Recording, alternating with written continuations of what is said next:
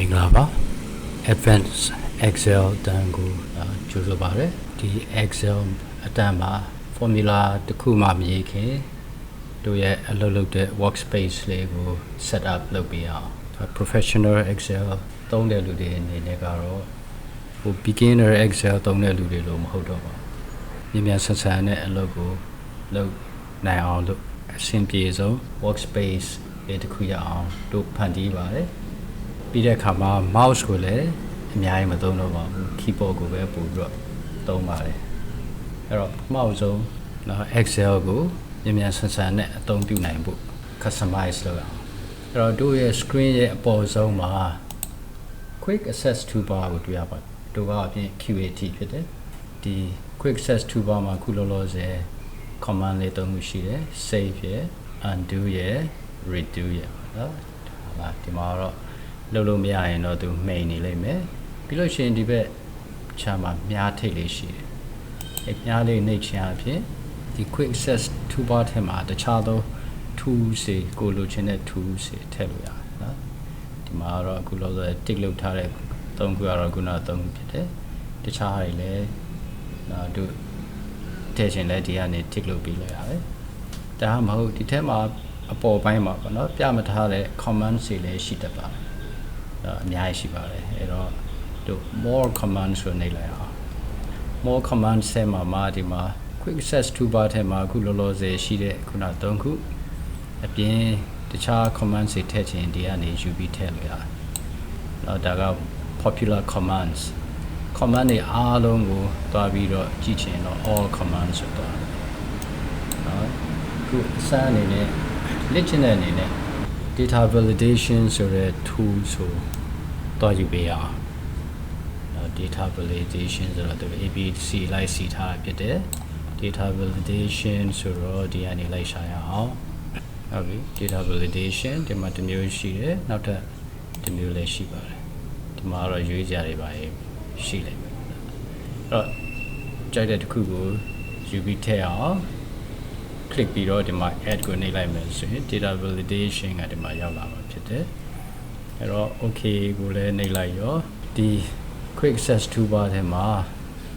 tool အသစ်လေးနော် data validation ဆိုတဲ့ tools အသစ်လေးရောက်လာပြီဖြစ်ပါလိမ့်မယ်နော်ရောက်လာတယ်တွေ့ပါလိမ့်မယ်ကောင်းပြီဒါနဲ့မမိကြလားမသိဘူးဒီအပေါ်ကနောက်တစ်ခုချင်းတွေကိုဘာလို့ခေါ်လဲ tab လေးလို့ခေါ်တယ်နော်ဒီ tab ကိုနှိပ်လိုက်လို့အောက်ကဒီပြောင်းသွားတာတွေ့လိမ့်မယ်ဒီတစ်ခုလုံးကိုခြုံပြီးတော့ ribbon လို့ခေါ်အဲ့တော့ ribbon တွေကို customize လုပ်ချင်လည်းလုပ်လို့ရပါတယ် ribbon customize လုပ်ချင်ဒီထဲတနေရာကိုနော်ဒီမှာတော့ဒီညာဘက်မှာဘာမှမရှိတဲ့နေရာမှာ right click လုပ်လိုက်မယ်ပြီးဒီမှာ customize the ribbon လေးကိုရွေးလိုက်တဲ့အခါကျတော့ဒီမှာပြထားတဲ့ ribbon တွေအခုမြင်နေရတဲ့ ribbon တွေအားလုံးကဒီ tick လုပ်ထားတဲ့ဟာတွေပဲဖြစ်ပါတယ်သူအဆင့်မြင့်တဲ့ကဏ္ဍတွေမှာတော့ developer ဆိုတဲ့ tab ကိုလည်းသူပြထားမှာဖြစ်တယ်အဲ့တော့ developer ဆိုတဲ့၄000ကွက်လေးရဲ့ရှင်းမှာ tick လေးလုပ်ပေးလိုက်ပဲ okay လေးနှိပ်လိုက်ရင်တော့ဒီမှာ developer ဆိုတဲ့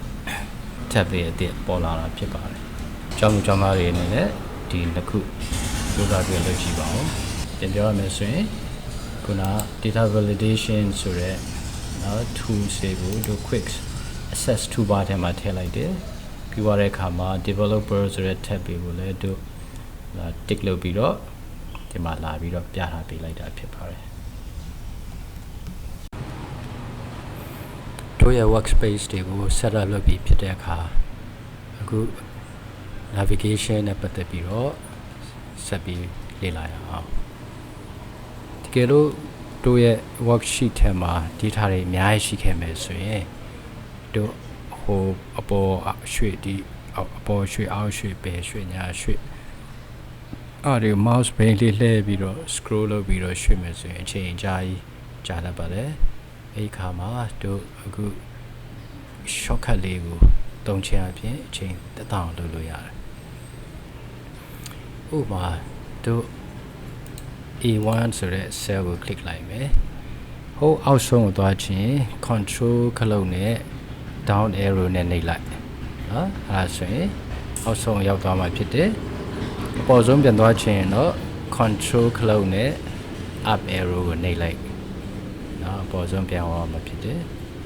ပြီးတော့ row 2ကိုသွားလိုက်မယ်ညာဘက်အစွန်ဆုံးသွားချင် control key နဲ့ right arrow key နဲ့နှိပ်လိုက်ရင်ဒီ revenue ဆိုတဲ့အကွက်လေးနော်ညာဘက် data ရှိတဲ့အထက်မှာညာဘက်အစွန်ဆုံးကိုရောက်တော့မှာဖြစ်တယ် control နဲ့ down arrow ပြန်နှိပ်အောက်ဆုံးပြန်သွားမယ်စဖြစ်အဲ့တော့နော် control key လေးနဲ့ arrow keys လေးခုနဲ့တို့အသုံးပြုတတ်မယ်ဆိုရင်ဟို data set တစ်ခုလုံးရဲ့အပေါ်ဆုံးကိုသွားချင်တလားအောက်ဆုံးကိုပဲသွားမလားညာဘက်အစွန်ဆုံးဘယ်ဘက်အစွန်ဆုံးစဖြစ်အဲ့နည်းနဲ့သွားလို့ရနော်နောက်တစ်ခု control နဲ့ arrow keys အပြင်ဒီခေါက် shift key နဲ့ပါတွဲပြီးတော့လုပ်အောင်အဲ့တော့ home key နဲ့ရင်တော့ control home key နဲ့ရင်တော့အပေါ်ဆုံးရောက်သွားမယ်ဒီခေါက် control ရဲ့ shift ရဲ့ down arrow ကိုနှိပ်လိုက်မယ်ဆိုရင်ခုနလိုအောက်ဆုံးကိုခုံမဲ့အစားသူကနော်အပေါ်ဆုံးကနေအောက်ဆုံးအထိကိုဆက်လက်လုပ်ပေးလိုက်တယ်အဲ့လိုပဲညာဘက်ကိုဆက်ပြီးဆက်လက်လုပ်ချင်တယ်ဆိုရင် control ရဲ့ shift ရဲ့ right arrow key ရဲ့အဲ့တော့ဒီမှာတစ်ခုရှိတာကဟိုးဆုံးထိရောက်သွားဘာဖြစ်လို့လဲ A1 ပြီးလို့ရှိရင်သူ့ဘေးနားမှာတခြား cell တွေနော်အဲမှာ data မရှိတော့တဲ့အတွက်ဖြစ်တယ်ဒီခေါက် A2 ကိုပြန် click ကြည့်အောင် A2 ကနေပြန်စမ်းသပ်ကြည့်မယ် shift ရဲ့ control ရဲ့ down arrow key ပြီးရင် shift ရဲ့ control ရဲ့ right arrow key